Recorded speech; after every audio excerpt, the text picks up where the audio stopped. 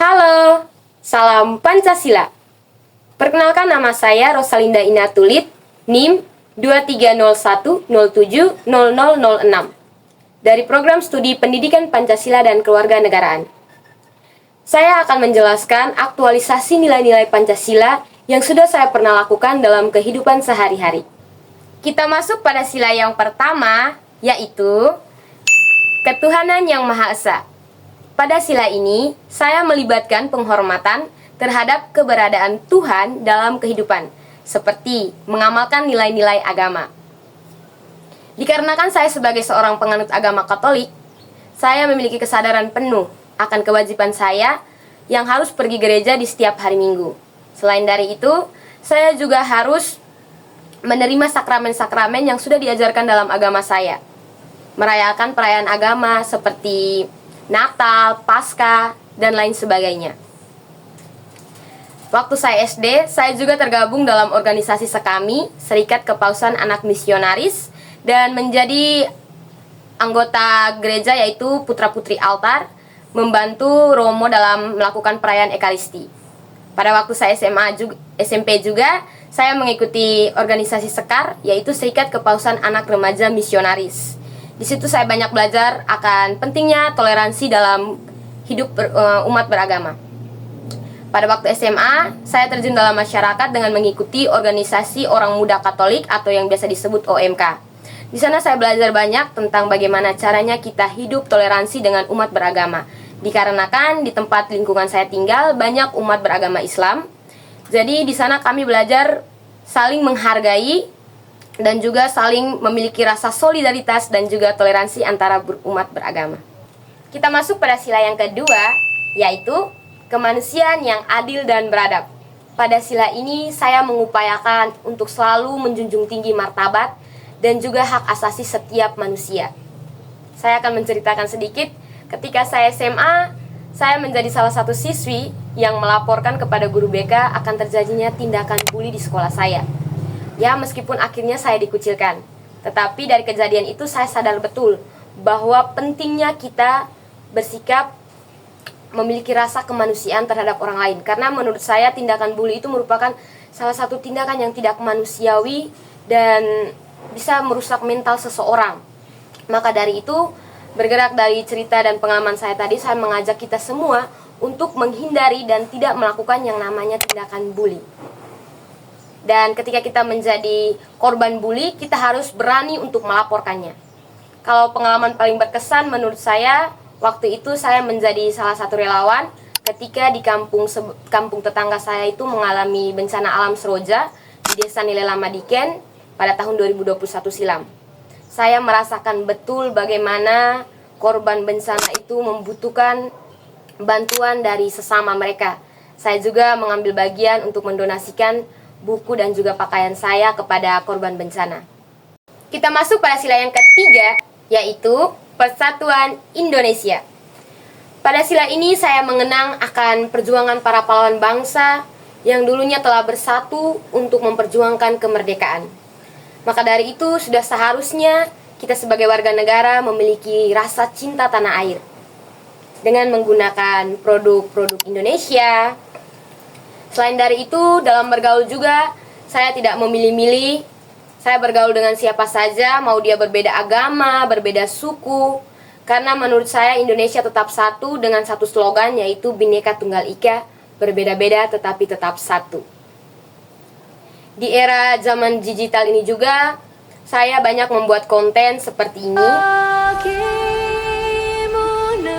Dan ini merupakan konten-konten budaya yang akan saya upload, yang biasanya saya upload di akun media sosial saya untuk memperkenalkan kepada dunia bahwa saya bangga hidup dan tinggal di negara Indonesia dengan berbagai macam keberagaman yang ada.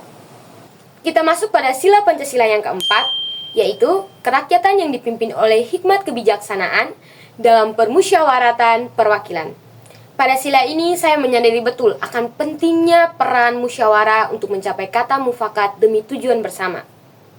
Karena musyawarah ini sangat berperan penting baik dalam di lingkungan kampus, masyarakat, bahkan di dalam keluarga juga sangat dibutuhkan yang namanya musyawarah. Di dalam musyawarah juga saya banyak belajar, mulai dari bagaimana cara menerima pendapat orang lain, cara menghargai pendapat orang lain, bagaimana saya memiliki sikap untuk selalu menerima dan juga mau menjalankan suatu keputusan bersama. Selain dari itu juga saya belajar bagaimana cara menyampaikan pendapat dengan cara yang sopan dan tidak memaksakan kehendak, dan selalu mengepentingkan kepentingan umum di atas kepentingan pribadi saya. Kita masuk pada sila Pancasila yang kelima, yaitu keadilan sosial bagi seluruh rakyat Indonesia. Keadilan dapat kita peroleh ketika hak dan kewajiban berjalan secara bersamaan. Saya bisa mendapatkan hak saya ketika saya telah memenuhi kewajiban saya. Seperti ketika saya kuliah, saya wajib membayar UKT. Dan saya bisa mendapatkan hak saya, yaitu menerima pendidikan dan menggunakan fasilitas yang ada di kampus saya. Sedangkan dalam kehidupan bernegara, saya wajib membayar pajak, sehingga hak saya menggunakan fasilitas berupa fasilitas kesehatan maupun infrastruktur dan lain sebagainya. Aktualisasi nilai-nilai Pancasila yang sudah saya terapkan dalam kehidupan sehari-hari sangat terbukti dalam pembentukan moral dan etika saya dalam bergaul. Saya juga sangat mengapresiasi tentang prinsip-prinsip dari Pancasila, mulai dari ketuhanan, kemanusiaan, persatuan, kerakyatan, bahkan juga keadilan. Saya sadar betul akan pentingnya penerapan Pancasila dalam nilai-nilai Pancasila dalam kehidupan sehari-hari agar tidak terjadinya perpecah belahan. Saya juga sangat mengapresiasi tentang prinsip-prinsip Pancasila yang merupakan identitas negara Indonesia dan juga dijadikan sebagai tata nilai yang universal. Setelah saya menjelaskan dan juga sempat membagikan beberapa pengalaman saya terkait aktualisasi nilai-nilai Pancasila yang sudah saya terapkan dalam kehidupan sehari-hari, saya akan memberikan pendapat saya terkait peluang dan juga tantangan bagi Pancasila sebagai ideologi negara di tengah pengaruh era globalisasi saat ini. Oke, baik, saya akan menjelaskan yang pertama, yaitu peluang. Peluang penerapan Pancasila dalam kehidupan globalisasi.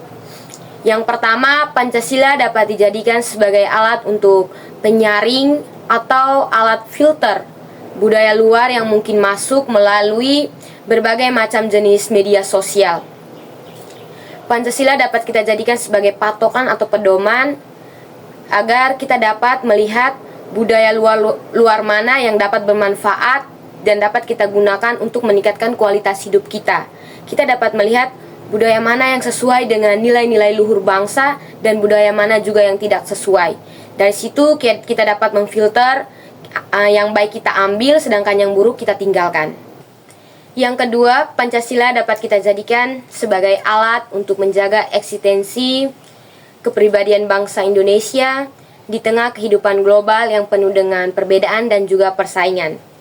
Pancasila juga dapat kita tunjukkan sebagai identitas bangsa kita yang berdaulat, berbudaya, beradab, dan juga beragam. Pancasila juga dapat kita jadikan sebagai landasan untuk menjalin kerjasama antara negara-negara luar yang mungkin memiliki perbedaan ideologi dan juga perbedaan kepentingan. Dan yang ketiga, Pancasila dapat kita jadikan sebagai sumber inspirasi untuk mengembangkan ilmu pengetahuan, teknologi, seni, dan kreativitas Indonesia.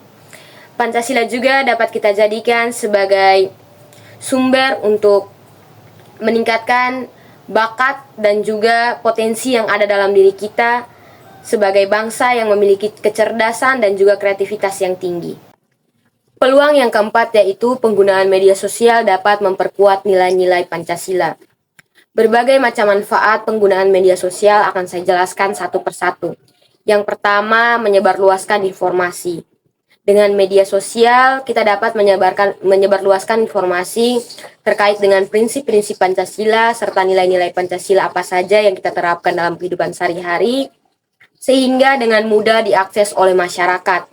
Dan dengan demikian, masyarakat dapat langsung melihat dan juga mempraktekkan nilai-nilai Pancasila yang sudah kita sebarluaskan melalui media sosial. Manfaat yang kedua, keterlibatan masyarakat. Dengan media sosial, masyarakat dapat terlibat langsung maupun tidak langsung untuk berdiskusi tentang Pancasila. Hal ini dapat meningkatkan pemahaman masyarakat tentang nilai-nilai Pancasila dan juga meningkatkan komitmen agar dapat menerapkan nilai-nilai Pancasila dalam kehidupan sehari-hari. Manfaat media sosial yang ketiga yaitu sebagai media untuk pendidikan dan kampanye.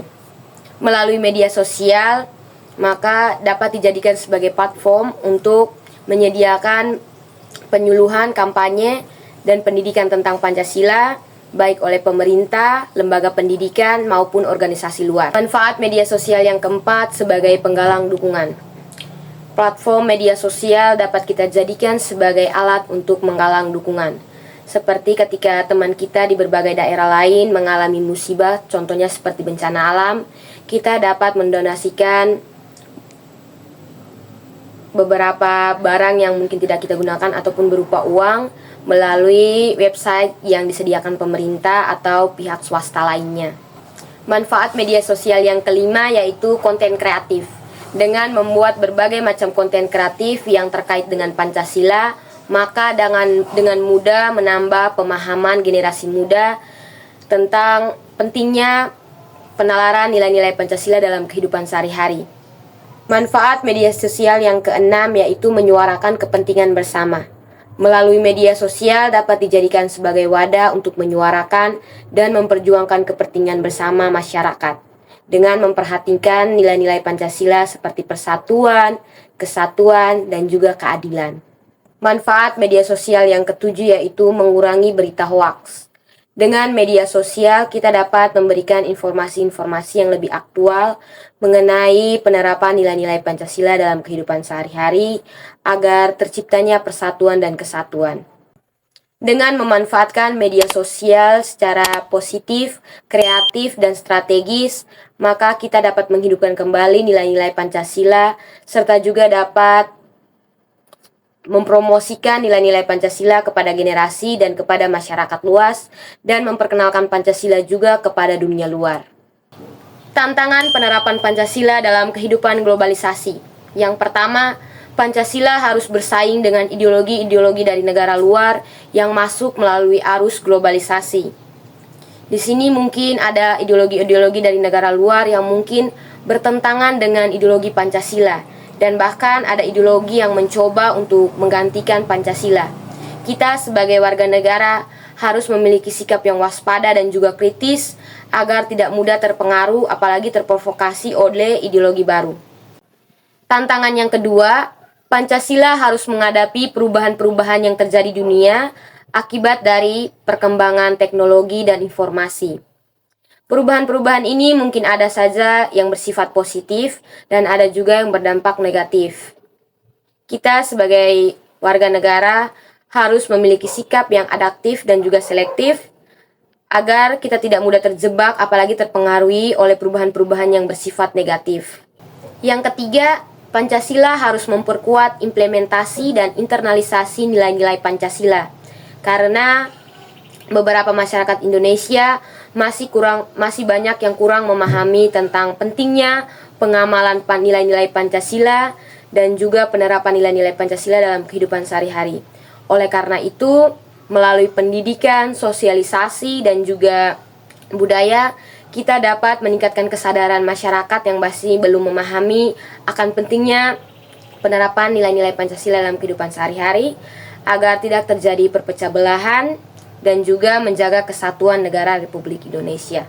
Tantangan yang keempat yaitu ujaran kebencian yang sering kita temukan di media sosial.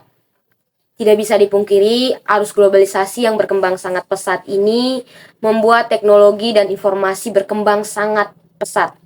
Hal ini dapat menyebabkan berbagai macam komentar-komentar negatif yang dapat kita temukan di media sosial. Kebebasan berpendapat yang seharusnya dapat kita sampaikan secara logis malah disalahartikan dengan cara mengejek dan juga melontarkan kata-kata kotor yang tidak senonoh pada kolom komentar yang dapat kita temukan di media sosial. Hal ini dapat menyebabkan perpecah belahan. Tantangan yang kelima yaitu sering terjadinya konflik sosial. Di era globalisasi ini, banyak sekali kita temukan aksi protes di berbagai daerah. Hal ini mungkin saja terjadi karena tidak terima akan kebijakan pemerintah. Hal itu dapat menjadi terjadinya perpecah belahan. Di sini Pancasila sangat diperuntukkan untuk menjaga keadilan dan juga persatuan Indonesia. Tantangan yang keenam adalah maraknya intoleransi. Sikap intoleransi adalah sikap yang tidak memiliki tegang rasa atau toleransi. Intoleransi tersendiri terjadi akibat dari ketidaksiapan masyarakat dalam menerima suatu perubahan dan juga perbedaan. Meskipun di era globalisasi ini begitu banyak sekali sosialisasi tentang berbagai macam perbedaan mulai dari agama, budaya, dan juga lain sebagainya. Tetapi sayangnya sebagian masyarakat masih belum siap untuk menerima perbedaan tersebut. Hal ini dapat mengakibatkan terjadinya tindakan diskriminatif dan atas terjadinya perbedaan. Maka dari itu sangat melanggar sila Pancasila, kemanusiaan yang adil dan beradab. Berbagai macam tantangan yang sudah saya sebutkan tadi diperlukan kerjasama antara masyarakat, pemerintah, dan lembaga-lembaga terkait untuk mempromosikan nilai-nilai Pancasila agar tetap terciptanya pemahaman nilai-nilai Pancasila di kehidupan sehari-hari sehingga tidak terjadi perpecah belahan, karena Pancasila harus kita jadikan sebagai pedoman dan tolak ukur dalam bertingkah laku agar terciptanya negara yang utuh, tentram, dan damai. Oke, baik, sekian penjelasan dari saya terkait dengan aktualisasi nilai-nilai Pancasila yang sudah saya terapkan dalam kehidupan sehari-hari, serta peluang dan tantangan yang dihadapi Pancasila di era globalisasi saat ini. Sekian dan terima kasih. Salam Pancasila.